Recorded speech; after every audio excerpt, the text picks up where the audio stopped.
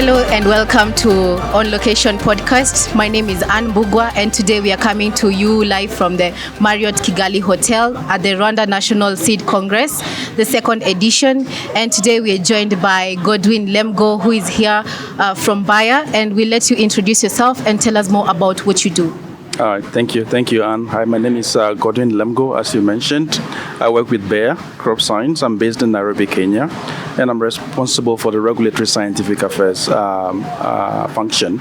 Basically, what we do is to try and help create enabling environments for all technologies across Africa. I'm talking agricultural technologies.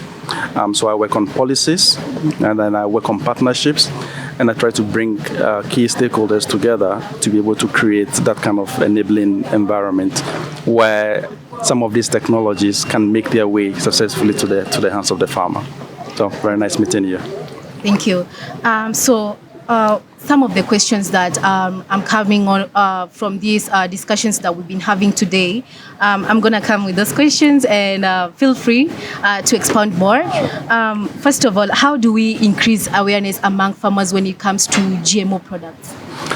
So, essentially, to increase farmers, you just have to talk to them. To increase awareness, you just have to talk to these farmers. And the way I look at it usually is from 2 points. So we have voices that farmers trust, and then we have voices that are credible. So it's being able to use some of these credible voices into trusted voices. So for instance, let's say a farmer would trust a fellow farmer, or would trust a traditional leader somewhere that they believe has their best interest at hand, right? Or a pastor somewhere. These are trusted voices. But these pastors or traditional leaders don't necessarily understand this technology, so they are not the most credible voice for this technology, right? So for me, the best way is to try and find a point of convergence where a trusted voice becomes a credible voice, or a credible voice becomes a trusted voice. So it's me talking to a pastor, explaining things in very basic way to the pastor for them to understand.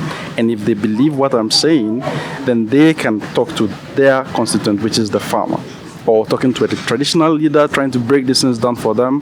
When they believe it, they can talk to the farmer, right? Or talking to a fellow farmer that these farmers trust, and then trying to explain some of these things to them, and then let them in turn speak to their farmers.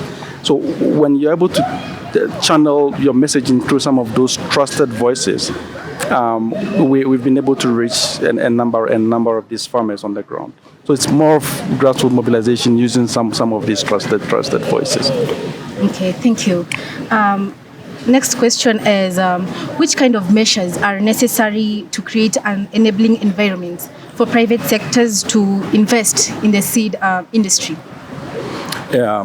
So first and foremost, start with the policies. As I was mentioning in there, right? The policies are the ones that will create an enabling environment for private sector to thrive. It's impossible to scale up some of these technologies without involving private sector.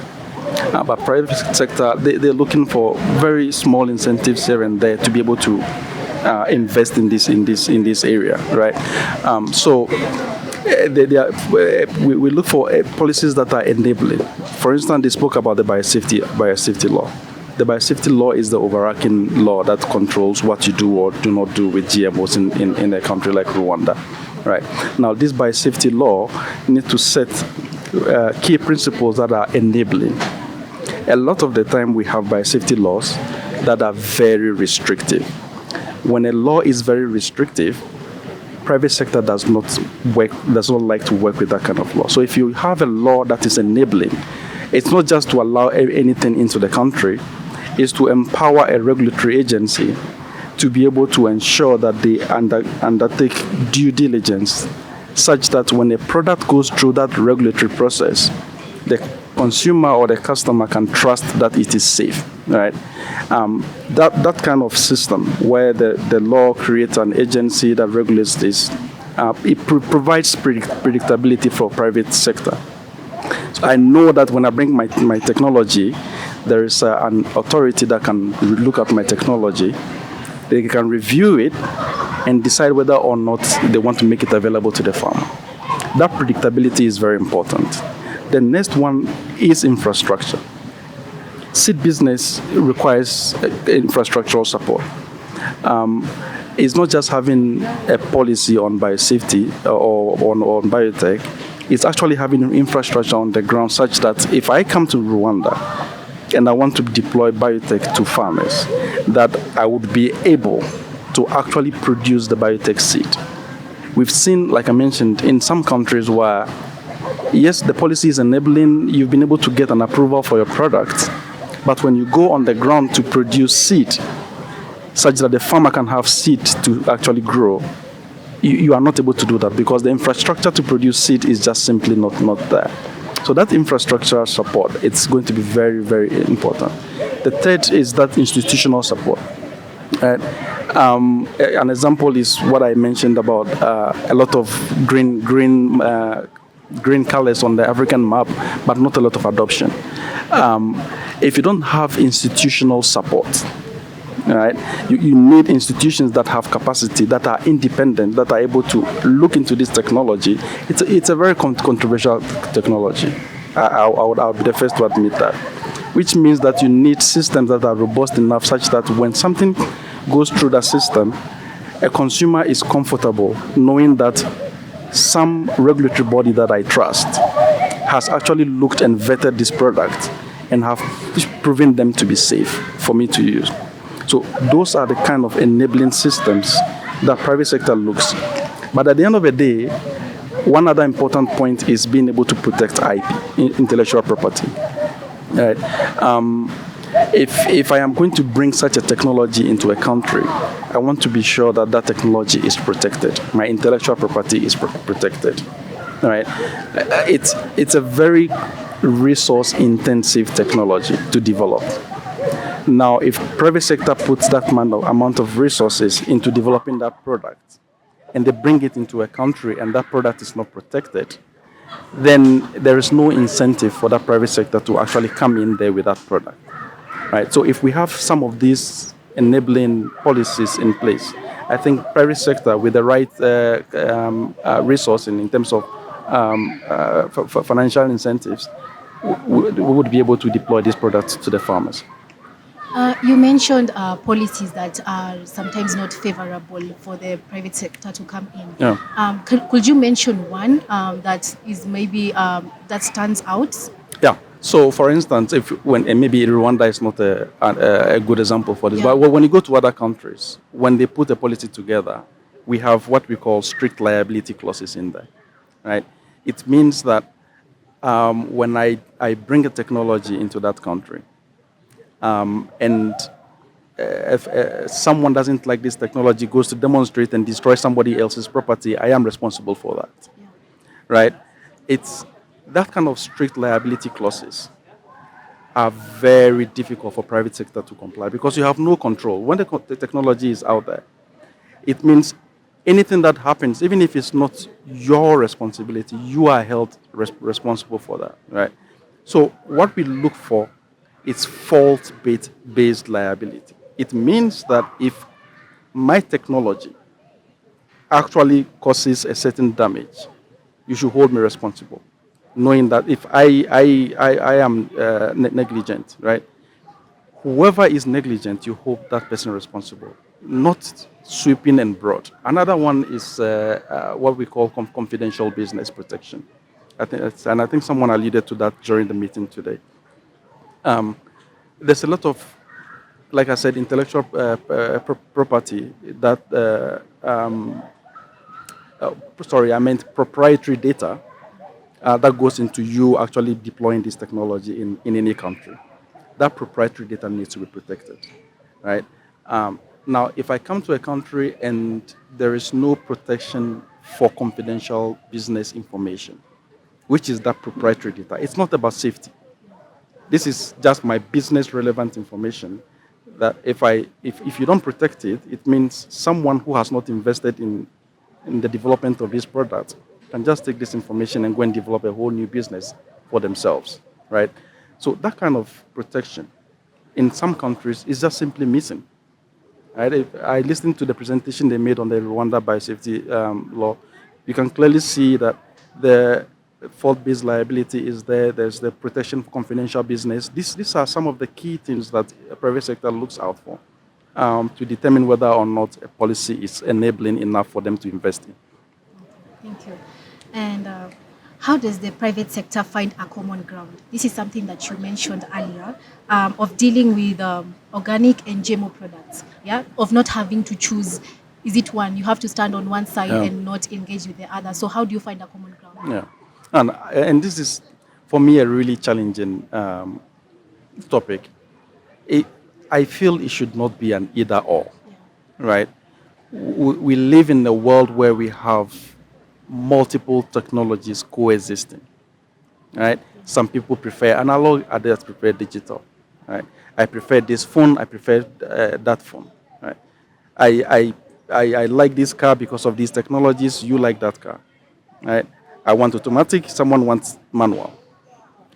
All of these technologies should be able to coexist.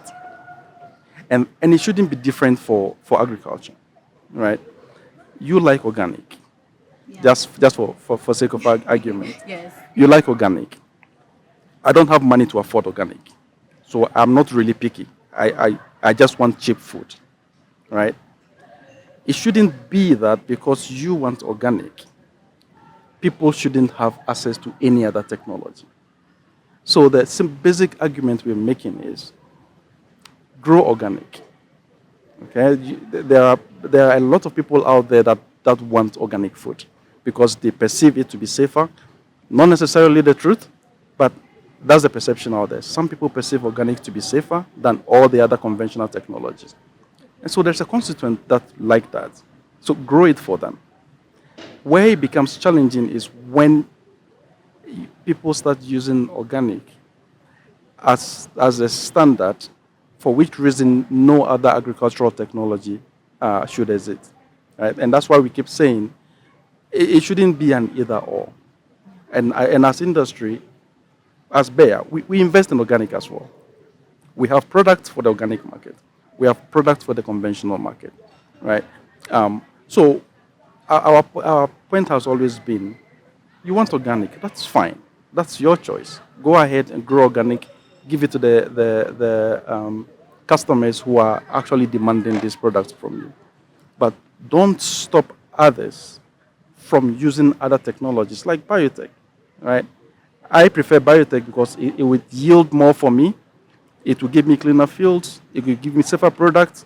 And I prefer that. Allow me to grow that. And I'll give it to the people who want to take that. It's a matter of choice, right? You leave the consumer to choose what they want. Instead of looking at this from an ideological point of view and then trying to restrict others from adopting other technologies because you don't want it. I don't mean you, but you get the point. Yeah. So what I advocate for personally is the coexistence of all agricultural technologies. You do organic, you do agroecology, you do regenerative agriculture, you do conventional agriculture. You do you, but don't let your choice affect whether or not another farmer has access to innovative technologies. Yeah, and still on that point, do you think embracing both is one of the steps that we need to ensure food security in Africa generally? We need all the technologies. We look at food security. It's a systems approach, right? I cannot stand here and tell you GMOs are the only thing that would give us food security in this world. I will be lying to you, right? So we need all the technologies to coexist in a systems manner, such that we would be able to produce enough food. Like I said, there are a group of people who would always prefer organic. If we stop doing organic, how are we going to feed that constituent, for instance, right? And there are others who just simply don't care. They just want cheaper food. They want food that is available, it's accessible, that is safe, that it's nutritious, that they can have access to, right? Allow them to also have that choice. So if we can adopt all technologies, organic is just a farming practice, right? If we talk about GMOs, it's really a breeding methodology. I would even argue, and I know our organic friends will take me on, there should be a point where we can use GMOs in organic farming, because organic is not about breeding, it's a farming practice. Why can't we grow GMOs in organic farms? I can grow GMOs and say I don't want to use fertilizers, I don't want to use chemicals, I don't want to, yeah. That's an interesting approach. Why can't we just grow GMOs on organic farm if we want to, right? So we have a world that has a population that is skyrocketing out of control. We need all the technologies we can get. The point here is us being able to produce more with less, right? The population is increasing. It means we are urbanizing more. It means we are taking more and more land that should have gone into agriculture to do other things.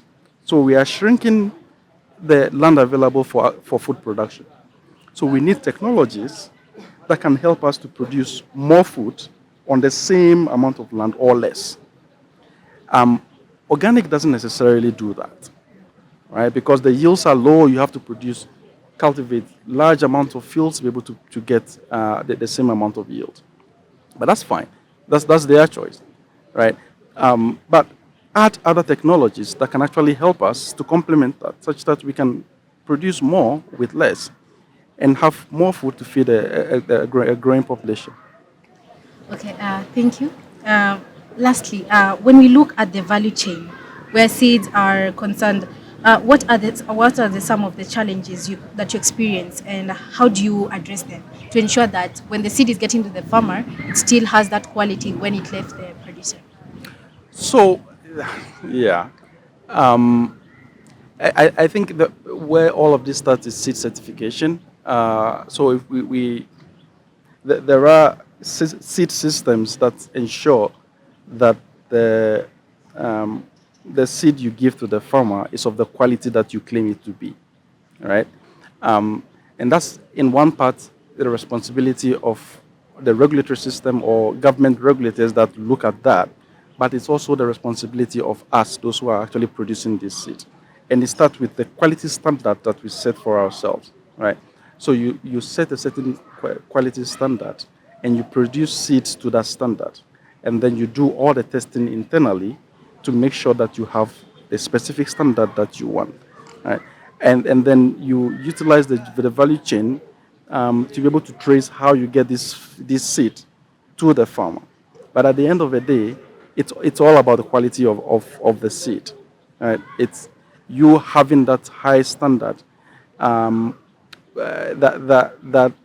all the seed producers that you because we have outgrowers that help us to produce these seeds. A lot of the time, it's not just the company itself producing. We have partners on the ground who help us to produce this seed. So you want to make sure that you are holding all of these partners to a certain quality standard. And this is where the seed production infrastructure comes in, right? Because if you don't have partners that actually understand how to produce seed to the level of quality that you require, it becomes problematic. And if you don't have infrastructure that can support that kind of production in a country, it becomes problematic. And if you don't have policies that allow, in case there's the shortfall in the country, to bring some of this seed from other countries to actually supplement that production shortfall, it becomes a challenge as well. So for us, this is how we look at it as holistically. Yeah. Thank you so much for coming on our podcast today. Sure. As I said before, we are coming to you from the Rwanda National Seed Congress 2024. Stay tuned for more. This is On Location Podcast. My name is Anne Mbogo.